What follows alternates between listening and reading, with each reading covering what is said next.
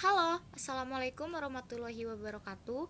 Nama saya Adisti Syafila Febrianti dari kelas 10 IPA 5. Saya akan membacakan teks eksposisi yang berjudul Pentingnya Kesehatan Mental.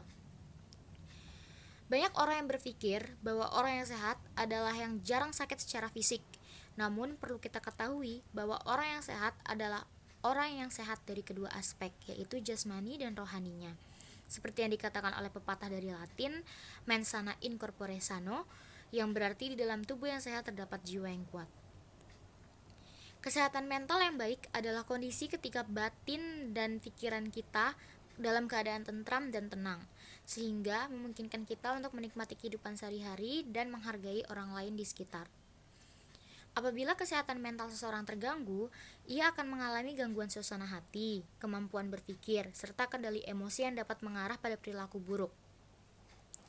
Ada berbagai contoh gangguan kesehatan mental, contohnya seperti stres, depresi, gangguan kecemasan, bipolar, ADHD, dan masih banyak lagi yang lainnya. Perlu kita sadari bahwa kesehatan mental menjadi sebuah kebutuhan yang harus selalu diperhatikan oleh masyarakat. Menurut survei yang dilakukan oleh WHO, sekitar 20% anak dan remaja di dunia mengalami gangguan dan permasalahan mental, dan lebih dari 800.000 orang setiap tahunnya mati karena bunuh diri. Dan bunuh diri sendiri menjadi penyebab terbesar kedua kematian yang terjadi pada usia 15-29 tahun.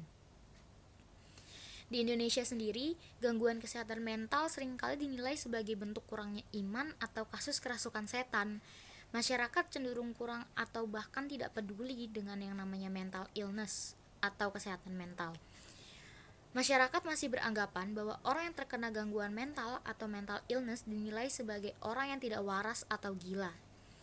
Banyak orang yang takut harus menanggung hukuman sosial atau stigma yang diberikan masyarakat Indonesia kepada penderita gangguan mental karena beberapa orang menganggap pembicaraan tentang kesehatan mental sungguh memalukan atau tabu untuk dibicarakan, sehingga kebanyakan penderita memilih tidak membeberkan masalah kejiwaan kepada orang terdekat.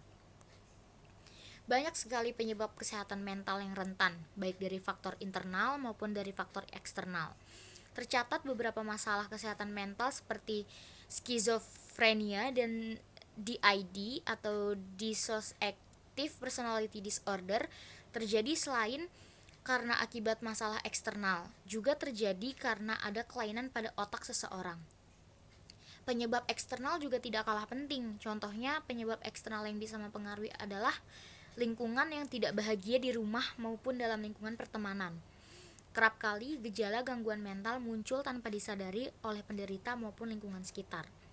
Selain itu, dari diri kita pun dapat membantu sesama dengan cara yang sederhana, dengan cukup bicara kalau ada masalah dan mendengarkan orang lain yang mencurahkan isi hati dan pikiran atau bebannya kepada kita.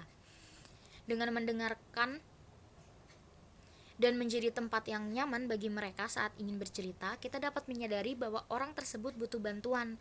Hal ini merupakan salah satu langkah sederhana yang dapat dilakukan untuk membantu orang-orang yang memiliki gangguan kesehatan mental. Sama halnya dengan diri kita sendiri, jika kita merasa telah mengalami sebuah tekanan dari sisi psikologis kita atau merasa ada beban pikiran yang sangat berat, usahakan jangan ragu untuk bercerita.